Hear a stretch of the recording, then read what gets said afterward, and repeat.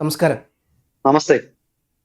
India 120 kilometre റേഞ്ചുള്ള പിനാഗ് മിസൈലുകളെല്ലാം പരീക്ഷിച്ചു എന്നുള്ള വാർത്തകളെല്ലാം പുറത്തു വരുന്നുണ്ട്. അപ്പോൾ നമ്മൾ നോക്കുകയാണെന്നുണ്ടെങ്കിൽ നമുക്ക് ഇതിലേറെ ഈ 120നേക്കാൾ റേഞ്ചുള്ള പലതരത്തിലുള്ള മിസൈലുകളുണ്ട്.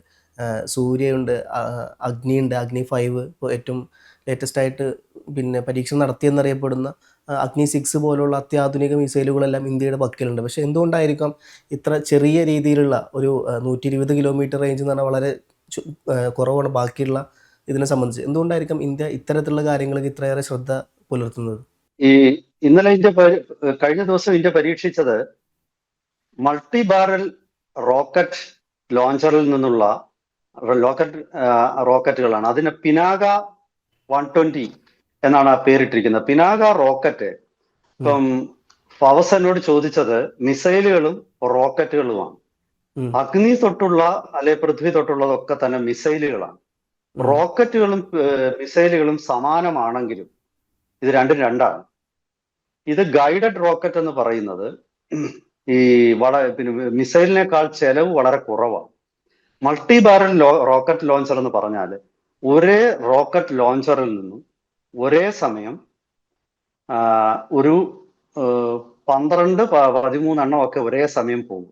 അതായത് സെക്കൻഡുകളുടെ വ്യത്യാസത്തിൽ 1 മിനിറ്റിന്റെ താഴെ ഉള്ള സമയത്തിലാണ് ഈ പിനാകയിൽ നിന്നും 12 റോക്കറ്റുകൾ ലോഞ്ച് ചെയ്യും. ഇതിന്റെ രണ്ടിന്റെയും ലക്ഷ്യം വ്യത്യസ്തമാണ്. മിസൈലുകൾ എന്ന് പറയുന്നത് പലപ്പോഴും ഈ അന്തരീക്ഷത്തിന് ഇപ്പം പലതരത്തിലുള്ള മിസൈലുകളുണ്ട്. ബാലിസ്റ്റിക് മിസൈല്, ക്രൂയിസ് മിസൈല്, ഇതൊക്കെ തന്നെ വളരെ ചെലവേറിയ ഒരു ആക്രമണ സംവിധാനമാണ്. ഈ റോക്കറ്റുകൾക്ക് അതിന്റെ 10-1 ചെലവ് വരത്തുള്ളൂ പലപ്പോഴും ഒരു സിംഗിൾ റോക്കറ്റിന്. അപ്പോൾ ഒരു മിസൈൽ ഇത് രണ്ട് ലക്ഷ്യത്തിനുമാണ് ഉപയോഗിക്കുന്നത്. ഒരു മിസൈലിന് ഒരു റോക്കറ്റ് വഹിക്കുന്നതിനേക്കാൾ വളരെ സ്ഫോടക വസ്തുക്കൾ വഹിക്കാനുള്ള ശേഷിയുണ്ട്. ആ മിസൈൽ ഉപയോഗിക്കുന്ന ഒരു പ്രത്യേക കാര്യത്തിനാണ്. അത് തന്ത്രപ്രധാനമായ കേന്ദ്രങ്ങൾ തകർക്കാനാണ്. റോക്കറ്റ് ഉപയോഗിക്കുന്നത് കുറച്ചുകൂടി ജനറലൈസ്ഡ് ആയിട്ടുള്ള, ഇപ്പൊ ഉദാഹരണത്തിന് ഒരു എയർഫീൽഡ് പൂർണ്ണമായിട്ട് തകർക്കാൻ റോക്കറ്റുകൾക്ക് ഈ ഒരു MBRL പറ്റും, മൾട്ടി ബാരൽ റോക്കറ്റ് ലോഞ്ചർ. ഞാൻ ഈ പറഞ്ഞ പോലെ ഒരു റോക്കറ്റ് ലോഞ്ചറിൽ നിന്നും 1 മിനിറ്റിന് താഴെ കൊണ്ട് ഇപ്പൊ ഈ പിനാകയുടെ റോക്കറ്റ് ലോഞ്ചർ 12 തൊട്ട് 14 വരെ അത് വിക്ഷേപിക്കും. അങ്ങനെ സ്വാഭാവികമായിട്ടും അത് ഏരിയ ക്ലിയറൻസ് എന്ന് പറയും. 1 ചതുരശ്ര കിലോമീറ്റർ ഒക്കെ അങ്ങ് ഇല്ലാതാണ്. അങ്ങനത്തെ ഒരു സംവിധാനം. അതായത് ഇപ്പൊ ഒരു കമാൻഡ് ആൻഡ് കൺട്രോൾ ഹെഡ്ക്വാർട്ടേഴ്സ് നിൽക്കുന്നു. അവിടെ ഒരു മിസൈൽ വിട്ടു കഴിഞ്ഞാൽ ആ ഒരു ഒറ്റ മിസൈല് എത്ര കോടി രൂപയുടെ വില വരുന്നതായിരിക്കും. ഇപ്പോൾ നമ്മളിപ്പോ ഒരു ബ്രഹ്മോസ് വിടും. ഒരു ബ്രഹ്മോസ് നമുക്ക് കോടികളുടെ ചെലവാണ്. ആ ചെലവിന്റെ ഒരു 10-1 ചെലവേ ആകത്തുള്ളൂ പിനാക കൊണ്ട് ആ പ്രദേശം ക്ലിയർ ചെയ്ത് കഴിഞ്ഞാൽ. പക്ഷെ ബ്രഹ്മോസ് പോകുന്ന ദൂരം പിനാക പോവില്ല. സ്വാഭാവികമാണ്. അപ്പൊ രണ്ട് ലക്ഷ്യത്തിന് വേണ്ടിയും 2 തരം ടെക്നോളജിയുമാണ് രണ്ടിലും ഉപയോഗിക്കുന്നത്. ബ്രഹ്മോസ് പോലുള്ളതില് റാംജെറ്റ് എഞ്ചിന് അല്ലെങ്കിൽ ബാലിസ്റ്റിക് മിസൈൽ ആണെങ്കിൽ ഭൂമിയുടെ ബഹിരാകാശത്തേക്ക് പോയിട്ട് റീ എൻട്രി ഒക്കെ നടത്തുന്ന ടെക്നോളജി. ഇത് അത്രയും സങ്കീർണമൊന്നുമല്ല. റോക്കറ്റുകൾ മനുഷ്യന് വളരെ 100-500 കൊല്ലത്തിന് മുമ്പ് തന്നെ റോക്കറ്റ് ഉണ്ട്. ഈ ഫ്രഞ്ചുകാർ റോക്കറ്റ് ഉണ്ടായിരുന്നു. അവരിൽ നിന്ന് ടിപ്പു സുൽത്താൻ റോക്കറ്റ് കിട്ടിയിരുന്നു. റോക്കറ്റ് ടെക്നോളജി ഉണ്ടായിരുന്നു. ഇന്ത്യയിൽ തന്നെ പല രാജാക്കന്മാർക്കും ക്രൂഡ് അതൊക്കെ വളരെ ക്രൂഡ് റോക്കറ്റാണ്. ശിവാജിയുടെ, അതായത് മറാഠാസിന്റെ കയ്യിൽ റോക്കറ്റ് ഉണ്ടായി. അങ്ങനെ പലരും റോക്കറ്റ് ഉപയോഗിച്ചിട്ടുണ്ട്. അപ്പോ റോക്കറ്റ് അത്രയും സങ്കീർണമായ ടെക്നോളജി അല്ല. പക്ഷെ അതിന്റെ ആധുനിക റോക്കറ്റുകൾ മിസൈലിന് സമാനമായ ചില ടെക്നോളജികൾ അതിലോട്ട് ഇൻകോർപ്പറേറ്റ് ചെയ്യും. ഇപ്പൊ ഉദാഹരണത്തിന് പണ്ട് റോക്കറ്റ്, ഇപ്പം പിനാകയെ കുറിച്ച് പറയുമ്പോൾ നമ്മുടെ ഇന്ത്യ തദ്ദേശീയമായി വികസിപ്പിച്ചെടുത്ത ഒരു റോക്കറ്റ് ലോഞ്ചറാണ് പിനാക. ആ പിനാകയുടെ ആദ്യ വെർഷന് ഏതാണ്ട് 35 തൊട്ട് 40 കിലോമീറ്റർ വരെയായിരുന്നു അതിന്റെ റേഞ്ച്. പിന്നീട് പിനാക എക്സ്റ്റൻഡഡ് റേഞ്ച് എന്ന് പറഞ്ഞിട്ട് 60 കിലോമീറ്റർ വരെ റേഞ്ച് അതിന് വർദ്ധിപ്പിച്ചു. പിന്നെ അതിന് Pinaka extended range guided rocket എന്ന് പറഞ്ഞിട്ട് ഒരു 80 കിലോമീറ്റർ ഒക്കെ വരെ റേഞ്ചുള്ള പിനാക വന്നു. ആ പിനാക തൊട്ടാണ് യഥാർത്ഥത്തിൽ ഒരു വലിയ മാറ്റം ഉണ്ടായത്. അതെന്താണെന്ന് പറഞ്ഞാല് ഗൈഡഡ് ആയി.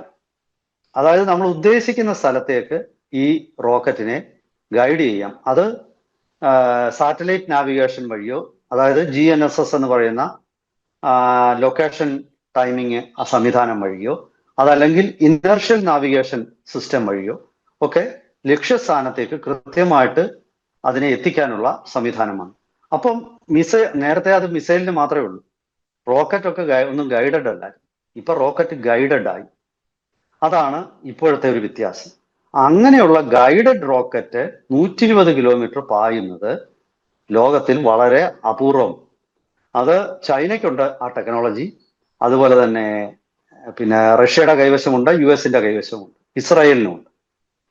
ഇതിലെ ഈ ഗൈഡഡ് മിസൈൽ എന്ന് പറയുന്ന ഈ ഗൈഡിങ് സംവിധാനം, അതുപോലെ സെൻസറുകളുമൊക്കെ, അത് ഇന്ത്യക്ക് ആ ടെക്നോളജി കൈവശം വന്നത് ഇസ്രായേലിന്റെ സഹായത്തോടു കൂടിയാണ്.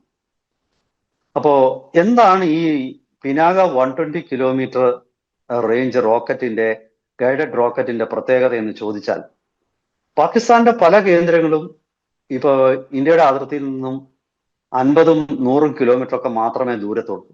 ഇപ്പൊ ഞാനൊരു ഉദാഹരണം പറയാം. പഞ്ചാബ്, ഇന്ത്യയിലെ പഞ്ചാബ്, ആ പഞ്ചാബിലെ നമ്മുടെ വാഗാ ബോർഡറിൽ നിന്നും വെറും 25-30 കിലോമീറ്റർ ദൂരമേ ഉള്ളൂ ലാഹോറിന്. ലാഹോറാണ് പാകിസ്ഥാനിലെ ഏറ്റവും വലിയ രണ്ടാമത്തെ നഗരം. കറാച്ചിയാണ് ഏറ്റവും വലിയ നഗരം. ഈ ലാഹോറിലാണ് പക്ഷേ പ്രധാനപ്പെട്ട സൈന്യത്തിന്റെ പല കേന്ദ്രങ്ങളും. ലാഹോർ കണ്ടോൺമെന്റ്, ലാഹോർ പാകിസ്ഥാൻ എയർഫോഴ്സിന്റെ ബേസ്, ഇതെല്ലാം ലാഹോറിലാണ്. ഇപ്പം 120 കിലോമീറ്റർ ഒരു സേഫ് ഡിസ്റ്റൻസ് ആണ്. ഇവിടെ നമുക്ക് അമൃത്സറിൽ സ്ഥാപിച്ചിരിക്കുന്ന ഒരു പിനാകയിൽ നിന്ന് ലാഹോറിന്റെ ഏത് ഭാഗത്തും ആക്രമണം നടത്താം. അത് ഇനിയിപ്പോ വിമാനം വേണ്ട, മിസൈലും വേണ്ട. ചെലവ് കുറഞ്ഞ ഈ പിനാക റോക്കറ്റുകൾ ഉപയോഗിച്ച് PAF-ന്റെ ബേസിലോട്ടോ അതല്ലെങ്കിൽ പാകിസ്ഥാൻ ആർമിയുടെ കന്റോൺമെന്റിലോട്ടോ ഒക്കെ ആക്രമണം നടത്താൻ ഈ പിനാക 120 കിലോമീറ്റർ റേഞ്ച് ഉള്ള ഇത് മതി. അപ്പൊ ഇനി വേറൊരു ചോദ്യം, ഈ ചൈന പാകിസ്ഥാൻ 300 കിലോമീറ്റർ റേഞ്ച് വരെയുള്ള റോക്കറ്റ് ഉണ്ട്. മിസൈൽ അല്ല ഞാൻ പറയും, 300 കിലോമീറ്റർ വരെ റേഞ്ച് ഉള്ള റോക്കറ്റുകൾ ചൈന നിർമ്മിച്ചിട്ടുണ്ട്. അപ്പൊ അങ്ങനെയാണെങ്കിൽ ഈ 120 കിലോമീറ്റർ 300 കിലോമീറ്ററുമായിട്ട് ഇവിടെ കിടക്കുന്നു? അതൊരു ചോദ്യമാണ്. പക്ഷെ അതിനൊരു കൃത്യമായ മറുപടി ഇന്ത്യയുടെ കയ്യിലും ഉണ്ട്. 300 കിലോമീറ്റർ റേഞ്ച് ഉള്ള റോക്കറ്റ്, അതായത് 250ഉം 300ഉം 150ഉം 300ഉം രണ്ട് തരത്തിലുള്ള റോക്കറ്റും ഉണ്ട്. സൂര്യാസ്ത്ര, അതും ഈ അടുത്ത സമയത്താണ് അതിന്റെ പരീക്ഷണം വിജയിച്ചത്. പക്ഷെ അതിന്റെ ടെക്നോളജി ഇന്ത്യയുടെ അല്ല. അത് ഇസ്രായേലിന്റെ ടെക്നോളജി, എൽബിറ്റ് സിസ്റ്റത്തിന്റെ ടെക്നോളജി, നൈബി എന്ന ഇന്ത്യൻ സ്വകാര്യ കമ്പനിയാണ് അത് പരീക്ഷിച്ചത്. അതിന് ഇന്ത്യൻ വെർഷന് സൂര്യാസ്ത്ര എന്ന് പേരിട്ടു. അത് സൈന്യത്തിന്റെ ഭാഗമായി, കാരണം അത് ഓൾറെഡി തന്നെ പരീക്ഷിച്ചെല്ലാം കഴിഞ്ഞാണ്. അതിവിടെ ഉണ്ടാക്കിയത് ശരിയായോ എന്ന് മാത്രമേ നോക്കിയാൽ മതി. പക്ഷെ അതിന്റെ ഒരു ഒരു വീക്ക്നെസ് എന്താണെന്ന് ചോദിച്ചാൽ, അത് ഒരേ സമയം രണ്ടെണ്ണമൊക്കെ മാത്രമേ വിക്ഷേപിക്കാൻ പറ്റൂ. മനസ്സിലായോ? ഈ രണ്ട് റോക്കറ്റുകൾ ഒരേ സമയം വിക്ഷേപിക്കാം. ഈ 300 കിലോമീറ്റർ റേഞ്ചുള്ള ചൈനയുടെ ഇതിനും അത്രേ പറ്റൂ. പക്ഷേ പിനാക ഒരേ സമയം 1 മിനിറ്റിന് താഴെ കൊണ്ട് 12 എണ്ണം വിക്ഷേപിക്കാം. അപ്പോൾ പിനാക വരുത്തുന്ന നാശനഷ്ടം അതിഭീമമായിരിക്കും. 2 റോക്കറ്റുകൾ നമുക്ക് പ്രതിരോധിക്കാം. 12 റോക്കറ്റുകൾ ഈ റഡാറുകളെയും മിസൈൽ പ്രതിരോധ അല്ലെങ്കിൽ ഡ്രോൺ റോക്കറ്റ് പ്രതിരോധ സംവിധാനങ്ങളെയും ഭയങ്കരമായിട്ട് അങ്ങ് ഓവർവെൽം ചെയ്യും. ഈ ഞാൻ പറഞ്ഞത് ഒരൊറ്റ ബാറ്ററിയിൽ നിന്നാണ് ഒരേ സമയം 12 എണ്ണം. അങ്ങനെ സാധാരണഗതിയിൽ ഒരു 5 ബാറ്ററി ആയിരിക്കും ഒരേ സമയം പ്രവർത്തിക്കുന്നത്. അതായത് 12 ഗുണം 5, 60 റോക്കറ്റുകൾ ഒരേ സമയത്ത്. അങ്ങനെ വരുമ്പോൾ പ്രതിരോധ സംവിധാനം കൊലാപ്സ് ചെയ്യും. അങ്ങനെ കൊലാപ്സ് ചെയ്യുമ്പം ഇതിലെ മിക്ക റോക്കറ്റുകളും പ്രതിരോധ സംവിധാനത്തെ മറികടന്ന് വെട്ടിച്ച് ലക്ഷ്യസ്ഥാനത്തെത്തും. അതാണ് പിനാക പോലുള്ള മൾട്ടി ബാരൽ റോക്കറ്റ് ലോഞ്ചറിന്റെ പ്രത്യേകത. മറ്റേത് നമ്മൾ പറഞ്ഞത് ഈ 300 കിലോമീറ്റർ റേഞ്ചുള്ള യൂണിവേഴ്സൽ റോക്കറ്റ് ലോഞ്ചർ എന്നാണ് പറയുന്നത്. ആ യൂണിവേഴ്സൽ റോക്കറ്റ് ലോഞ്ചറിന്റെ പരിമിതി ഞാനീ പറഞ്ഞതാണ്. അത് വളരെ റേഞ്ച് കൂടുതലാണെങ്കിലും അത് ഒരേ സമയം വെറും 2 എണ്ണം മാത്രമേ. അപ്പൊ അതിന്റെ ഒരു 5 എണ്ണം വെച്ചാലും 10 റോക്കറ്റുകളെ ഒരേ സമയം പോകും. ഈ 10ന്റെ സ്ഥാനത്ത് ഇതുപോലുള്ള ഒരു സിസ്റ്റം ആണെങ്കിൽ, MBRL ആണെങ്കിൽ അത് 60ഉം 70ഉം എണ്ണം ഒക്കെ പോകും. അപ്പൊ സ്വാഭാവികമായിട്ടും നാശനഷ്ടം വരുത്താനുള്ള സാധ്യത വളരെ കൂടും. ഇതാണ് ഈ പിനാകയുടെ പ്രത്യേകത. പിനാക വളരെ സർക്കുലർ എറർ പ്രോബബിലിറ്റി എന്ന ലക്ഷ്യസ്ഥാനത്തു നിന്നും മാറിപ്പോകാത്ത ഒരു റോക്കറ്റ്. സർക്കുലർ എറർ പ്രോബബിലിറ്റി വളരെ കുറവാണ്. അതായത് 1 മീറ്ററിൽ താഴെയാണ്. പരമാവധി ലക്ഷ്യസ്ഥാനത്തു നിന്ന് തെറ്റിപ്പോയാലും പരമാവധി ഒരു 90 സെന്റിമീറ്ററോ അല്ലെങ്കിൽ 50 സെന്റിമീറ്ററോ ഒക്കെ മാത്രമേ തെറ്റുള്ളൂ. അതുകൊണ്ടൊന്നും ഒരു കുഴപ്പവുമില്ല. കാരണം തൊട്ടടുത്ത് തന്നെ പതിക്കും അത്. ഇത് ഇന്ത്യയെ സംബന്ധിച്ചിടത്തോളം ഒരു വലിയ ഒരു ഹിസ്റ്റോറിക് സ്റ്റെപ്പ് എന്ന് പറയുന്നത് ഒരു ചരിത്ര നേട്ടമാണ്. കാരണം ആധുനിക യുദ്ധങ്ങളിൽ ഒന്ന് റോക്കറ്റിൽ ഈ MBRL എന്ന് പറയുന്ന മൾട്ടിപ്പിൾ റോക്കറ്റ് ലോഞ്ചറുകൾ, രണ്ടാമത്തേത് ഡ്രോണുകൾ, ഇതൊക്കെയാണ് ആധുനിക യുദ്ധത്തിലെ ഏറ്റവും ആധുനിക പരമ്പരാഗത യുദ്ധ തന്ത്രങ്ങളിൽ ഏറ്റവും പ്രസക്തിയുള്ളത്.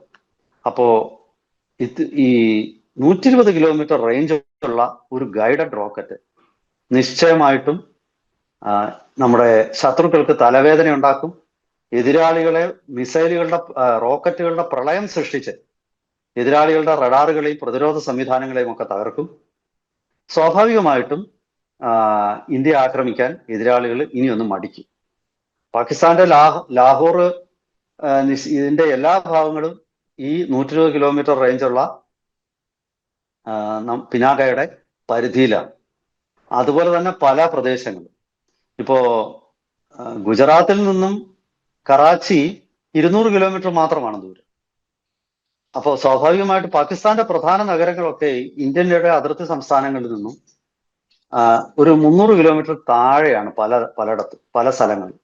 സ്വാഭാവികമായിട്ടും ഇത് ഇന്ത്യയെ സംബന്ധിച്ചിടത്തോളം ഈ സ്റ്റാൻഡ് ഓഫ് വെപ്പൺസ് എന്ന് പറയുന്ന ദൂരെ നിന്നും പ്രയോഗിക്കാവുന്ന ദീർഘദൂര മിസൈലുകളും ദീർഘദൂര റോക്കറ്റുകളും അതുപോലെ തന്നെ പീരങ്കികളുടെ റേഞ്ച് വർദ്ധിപ്പിച്ചും ഒരു വലിയ പ്രതിരോധം ഇന്ത്യ സൃഷ്ടിക്കുകയാണ്. നമ്മുടെ ധനുഷ് എന്ന് പറയുന്ന പീരങ്കി, വജ്ര എന്ന പീരങ്കി, ഇതിനെയൊക്കെ തന്നെ ഇപ്പോൾ റേഞ്ച് വർദ്ധിപ്പിച്ചിട്ട് ഏതാണ്ട് 50 കിലോമീറ്ററോളമുള്ള റേഞ്ച്. ഇനിയും അഡ്വാൻസ്ഡ് ടോഡ് ആർട്ടിലറി ഗൺ എന്ന് പറയുന്ന ATAGS-നാണെങ്കിലും ഏതാണ്ട് 55 കിലോമീറ്റർ ഒക്കെ റേഞ്ച് എത്തിക്കഴിഞ്ഞിരിക്കും.